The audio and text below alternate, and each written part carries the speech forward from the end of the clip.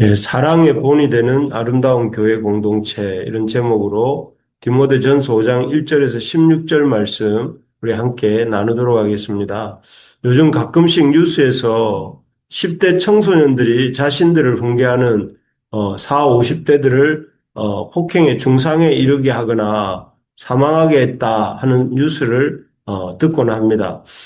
며칠 전에는 어떤 형제가 자신들에게 꾸짖는 할머니를 살해했다는 소식도 들었습니다.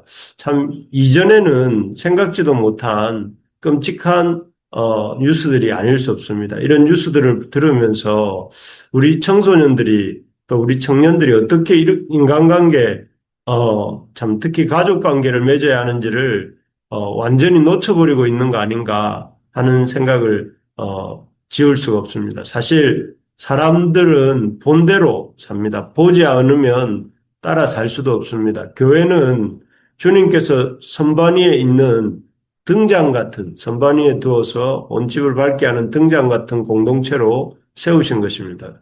사람이 어떻게 공동체를 이루며 살아야 하는지를 보려면 교회를 보도록 저렇게 교회처럼 살아야 되는 거구나 하는 그런 마음을 담으셔서 교회를 세우셨습니다. 따라서 우리 교회는 그런 막중한 주님의 사역에 사명을 명심하고 아름다운 그런 참 본이 되는 공동체를 이루어야 됩니다. 오늘 본문은 그런 의미에서 우리에게 어떻게 아름다운 믿음의 공동체를 우리가 이루어야 하는지를 보여주고 있습니다. 과연 주님의 핏값으로 사신 교회에서 한 몸을 이룬 지체들이 어떻게 서로를 사랑하고 섬기며 살아야 하는 것일까요? 이 교회 영적 지도자인 디모데를 향한 바울의 당부를 통해서 교회가 교회다워지는 법, 사람이 함께 사는 법에 대해서 함께 생각해 보고자 합니다. 먼저 가족과 같이 섬기라 하는 것입니다. 1절, 2절을 읽어보겠습니다. 늙은이를 꾸짖지 말고 권하되 아버지에게 하듯하며 젊은이에게는 형제에게 하듯하고 늙은 여자에게는 어머니에게 하듯하며 젊은 여자에게는 온전히 깨끗함으로 자매에게 하듯하라 이렇게 되어 있습니다. 여기에 보면 교회 안에 나이 든 남성도는 아버지 대하듯 하고 또 여성도 나이든 여성도는 어머니 대하듯 하며 젊은이는 형제에게 대하듯 하고 또 젊은 여자는 친누이를 대하듯이 하라 이렇게 말씀하고 있습니다. 사실 디모데 같이 교회 영적 지도자쯤 되면 교회의 성도들을 은근히 함부로 대해도 되는 듯이 착각할 수도 있습니다.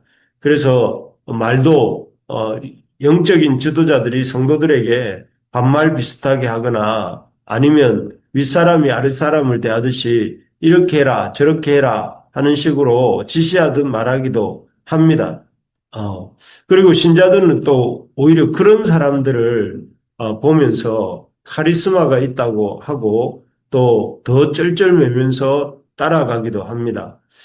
하지만 주 안에 있는 사람이라면 이렇게 성도들을 대해서는 안 됩니다. 마치 우리가 가정에서 나이 드신 부모님이라 할지라도 존중하면서 대하듯이 손아래 형제 자매들을 아끼고 또 사랑으로 섬기듯이 존중하며 서로 사랑으로 섬겨야 하는 것입니다.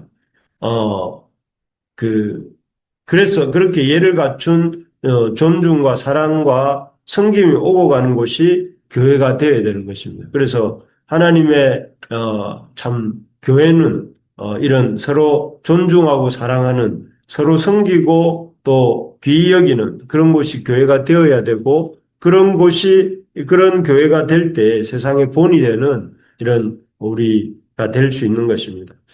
그래서 우리가 교회가 교회다워지는 법은 서로를 함부로 대하지 않고 가족과 같이 섬기는 것이다 하는 것이죠. 두 번째로 보면 교회가 교회다워지기 위해서는 교회 안에 약자를 존대해야 합니다. 3절입니다. 3절에 보니까 창과부인 과부를 존대하라 이렇게 되어 있습니다.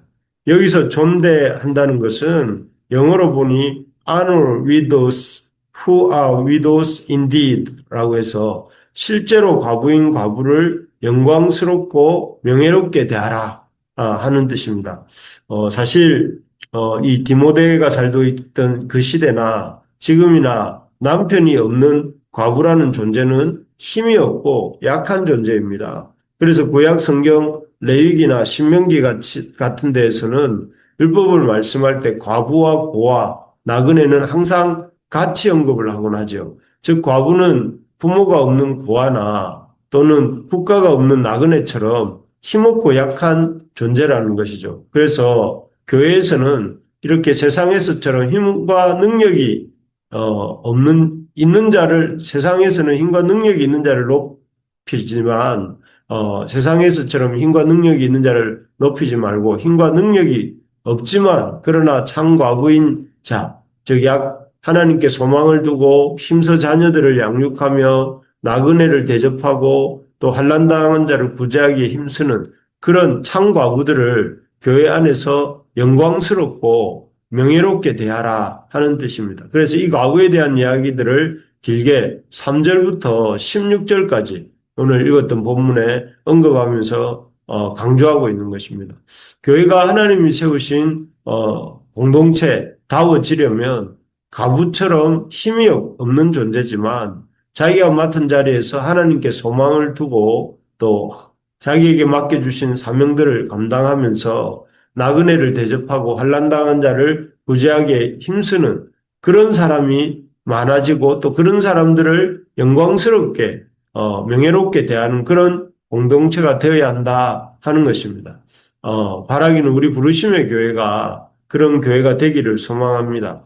하나님께서 맡겨주신 자리가 어디든지 그 자리를 충성스럽게 지키고 또 그렇게 충성스럽게 자기 직분을 지키며 감당하는 사람들로 들을 귀하게 여기는 그런 교회가 우리 교회가 되기를 소망합니다. 그래서 우리 모두가 서로를 존대히 여기는 존중하고 명예롭게 대우하는 그런 교회가 되기를 소망합니다. 그래서 서로를 어머니처럼 또 아버지처럼 또 형제처럼 누이처럼 그리고 서로를 존귀히 여기고 존중하면서 귀하게 여기는 그런 우리 교회가 되기를 소망합니다.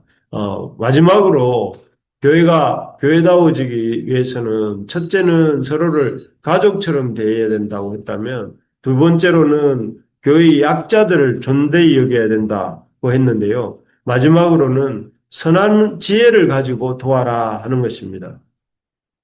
교회의 구제명부에 올리지 말아야 할 젊은 과부에 대해서 11절부터 언급하는 이유가 이 선한 지혜를 가지고 서로를 도와야 된다 하는 것을 보여주기 위함인데요. 구제라는 명분 때문에 모든 과부를 교회가 다 구제해야 되는 것은 아니라는 것입니다. 4절에 보니 부양할 능력이 있는 자녀나 손자들이 있는 과부는 그 자녀와 손자들이 그 부양의 의무를 졌습니다. 또 9절에 보니 60이 되지 않은 가구, 60이 되지 않은 가구, 즉 자신의 손으로 일할 능력이 있는 과부 역시 교회가 돌볼 명부에 올리지 않았습니다.